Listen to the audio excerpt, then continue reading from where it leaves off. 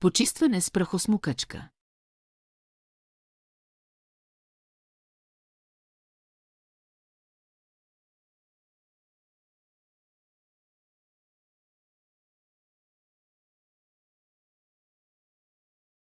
Шнурът се издърпва напълно от машината, за да се избегне закачането му по време на почистването, тъй като това може да причини увреждане на ръбове на стени и мебели.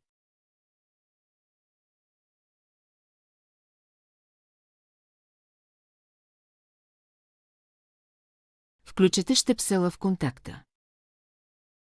Върху накрайника на прахосмукачката има бутон за избор на повърхността.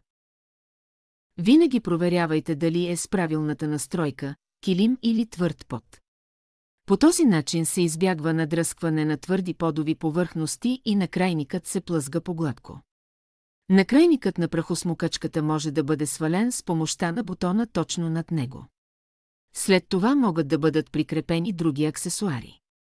Дължината на дръжката може да се регулира с плъзгач в средата на самата дръжка. Дължината на дръжката може да се регулира с плъзгач в средата на самата дръжка. Дръжката може също така да бъде напълно отстранена чрез натискане на бутона в горната част на дръжката. На нея могат да се монтират също четка или други аксесуари. На нивото на дръжката има плъзгач. Ако прахосмукачката смуче твърде силно, добре е той да се отваря.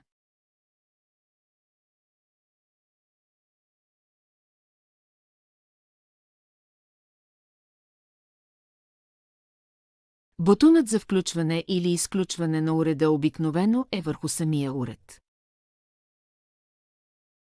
Винаги почиствайте на ленти, докато се движите напред и назад. Междувременно дръжте дръжката не твърде отдалечена от тялото и на височината на талията. Поставянето на маркуча около кръста ви може да ви помогне да почиствате ергономично.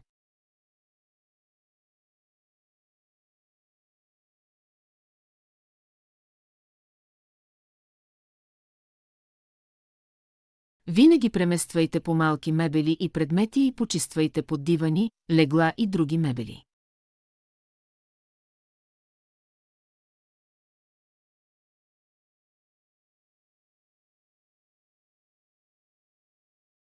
Трудно достъпните зони могат да бъдат почиствани с помощта на аксесуари. Четката предотвратява увреждането на стените и мебелите. За да се почиства килим, дюзата се поставя в правилно положение и се отваря плъзгача, ако е необходимо.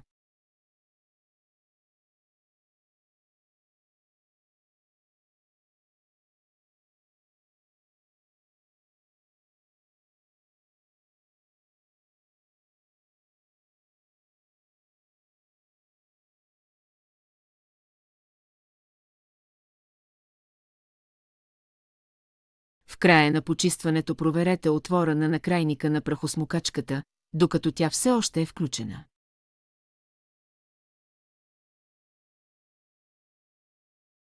Сега приберете шнура обратно в прахосмукачката, като използвате бутона върху уреда. Придържайте шнура, докато правите това.